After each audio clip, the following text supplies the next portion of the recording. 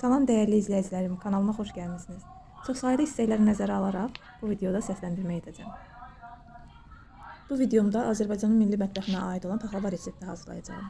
Şirəsi qaydasında görünüşü güzgü kimi parlaq, dadı isə mükəmməl olan şirniyyat üçün, paxlava üçün ekran başına buyurun.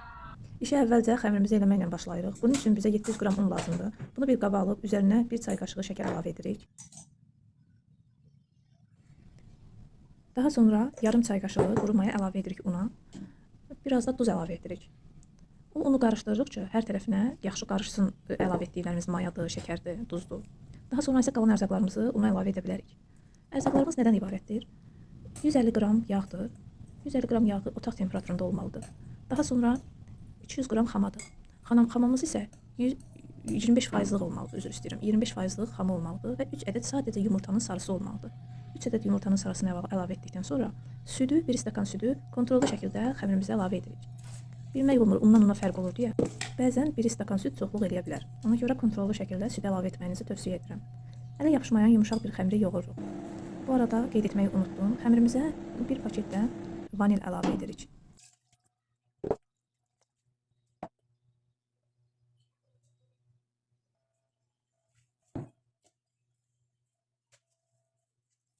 Videoda gördüyünüz kimi çox gözəl bir xəmirimiz alındı.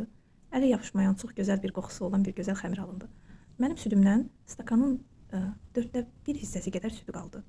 Hamısını istifadə eləmədim. Xəmiriniz bu yumuşaqlıqda olanda da südü əlavə etməyi dayandırın. Hissə əlavə edin, qeyd etdiyim kimi. Xəmiri yaxşı yoğurduqdan sonra yarım saat biz qoyuruq dinlənməyə. Yarım saatdan çox dinləndirməyin ki, biz xəmirdən paxlavanı bişirəndə, xəmiri açanda bulğu kimi olmasın xəmir. Sobada da bişirərkən çox şişməsin. Ona görə xəmiri çox dinləndirmək lazım deyil. Yarım saat yetərlidir. Xəmirimiz dinlənərkən bu vaxt ərzində keçirik paxlavamızın içliyi ilə şərbətini hazırlamağa.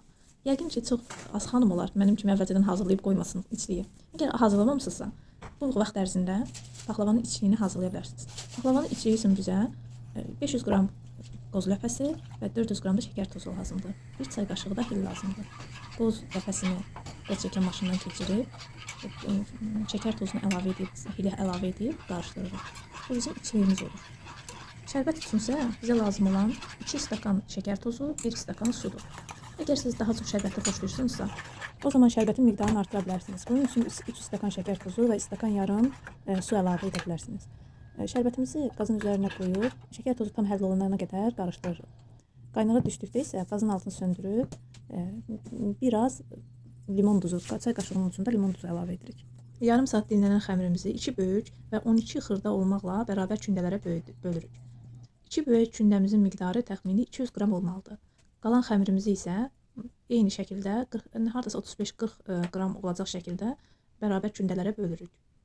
Və ümumilikdə 2 böyük, 12 kiçik kündə əldə edirik. Əgər sizin kiçik mətbəx tərəziniz varsa, sizin üçün kündələri bərabər şəkildə ayırmaq daha rahat olacaq. Bunun üçün 12 hissəyə bölüb təxmini 35-40 qramlıq kündələrə ayırın. 12 kiçik, 2 böyük şəkildə olmalıdır. Böyükləri isə 200-150 qram arasında edə bilərsiniz. Daha sonra bişirəcəyimiz tavanı yağlayırıq. Bol yağla, çərə yağı ilə tavanı yağlayırıq və kündələrimizi yaymağa başlayırıq. Kündələrimizi böyük kündədən başlayırıq. Böyük kündələrin biri üzəri üçün, biri isə altı üçündür. Çünki böyük kündənin birinin alt hissəsi üçün yayırıq.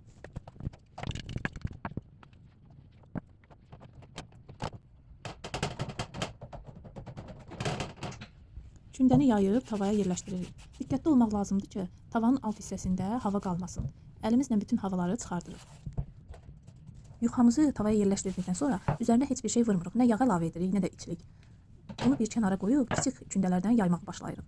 Kiçik kündələrin birini yayıb üzərinə qoyduqdan sonra daha sonra üzərinə içlik əlavə edirik. Yağ əlavə etmirik, sadəcə içlik əlavə edirik. Belə bu qayda ilə 12 kündənin 12-sini də yayıb içini sadəcə içlikdən əlavə edirik. Aralarına sadəcə içlik vururuq. Birinci qatı yuxanı tavaya yerləşdirdikdən sonra ikinci kiçik kündəni yerləşdirməyimiz, aralarına bir şey vurmamağımızın səbəbi odur ki, yuxamızın başına, paxlavamızın başına bir iş gəlsə, altı yansa və yaxud yapışsa, ikinci yuxamız bizim dadımıza çatsın. Əksər hallarda bir şey olmur. Bu altına yağ çəkəndə çox rahat qaydada yapışmadan, heç bir şey olmadan çıxardırıq. Paxlava bütöv şəkildə çıxır. Amma həyatın işidir, oldu elə, olmadı belə, altı yanarsa, başına bir iş gələrsə, ikinci yuxamız bizim dadımıza çatır.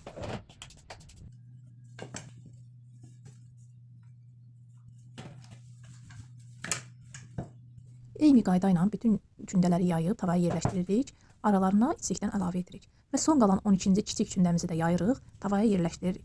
Burada da qeyd edim ki, bu axırıncı kündədə də üzərinə alt hissədə olduğu kimi heç bir şey əlavə etmirik. Nə içlikdən, nə yağdan heç bir şey vurmuruq. Bunu da tavaya yerləşdiririk. Əlimizlə yaxşıca bastırırıq ki, yuxalar otursun bir-birinə. Daha sonra vilka ilə çəngəllə deşiklər açırıq paxlavamızın üzərindən ki, oralarında ola bilər hava qalsın, bir şey qalsın. O deşiklərin sayəsində o oradan çıxsın, yersiz qabarmalar olmasın deyə biz vilka ilə sonuncu yuxanı yerləşdirəndən sonra üzərindən deşiklər açırıq. Daha sonra sonuncu iri kündəmizin biri üst hissəsi üçün qalan iri kündəmizi yayırıq.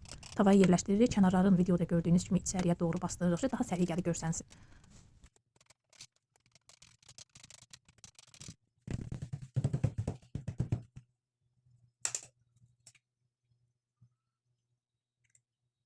Paxlavamız hazır olandan sonra keçirik üzəri üçün yumurtanın hazırlanmasına.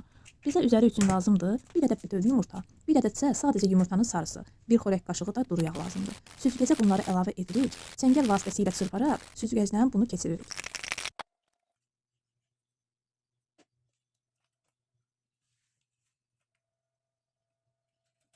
Və keçid alırıq paxlavamızın kəsilişinə.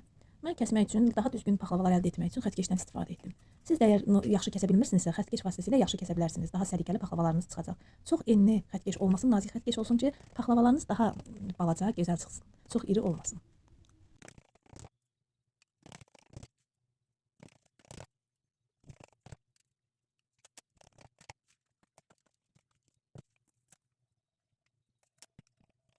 Paxlavamıza kəsim etdikdən sonra keçid alırıq hazırladığımız yumurtalı qarışımı paxlavanın üzərinə çəkməyə. Hazırladığımız qarışımın hamısını şotka vasitəsilə paxlavaya yedirə-yedirə çəkirik. Üzərində yersiz qalan yumurta olmasın, hamısını yuxarı yedirə-yedirə çəkirik. Paxlavanın üzərinin parlaq görünməyinin səbəblərindən biri də budur.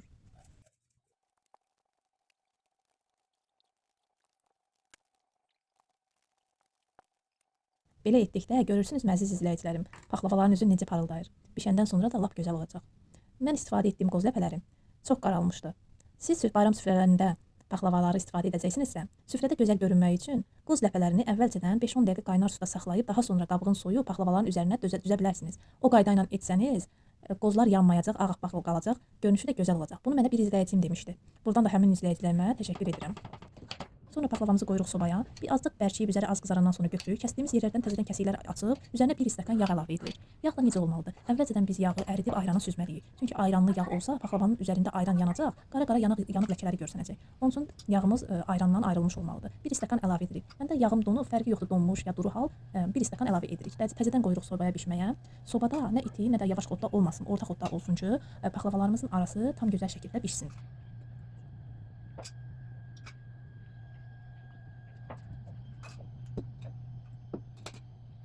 Paxlavamız bişəndən sonra əvvəlcədən hazırladığımız soyumuş şərbəti paxlavamızın üzərinə əlavə edirik. Mən xörək qaşığı ilə şərbəti üzərinə tökməyi tərcih edirəm. Çünki belə etdikdə şərbət hər tərəfli paxlavanın üzərinə, bütün paxlavaların üzərinə eyni şəkildə çəkmək olur. Şərbət də hər paxlavaya dəydikdə hər paxlavanın üzəri parlaq olur, yaxşı olur. Mən belə fikirləşirəm, belə edirəm. İstəyən istədiyi kimi edə bilər. Hazırlayan hər kəsə nuş olsun. Ümidvaram ki, bütün detalları açıqladım. Başa düşmədiyiniz, bilmədiyiniz ya da mənə məsləhət vermək istədiyiniz nəsə olsa, şərh bölməsində şərhlərinizi, rəylərinizi gözləyirəm. Videonu bəyənsəniz, like düyməsinə basıb abunə olub mənə dəstək olmağı unutmayın. Əvvəlcədən təşəkkür edirəm hamınıza. Hamınızın süfrəsi ruzili bərəkətli olsun. İzlədiyiniz üçün təşəkkür edirəm. Çox sağ olun.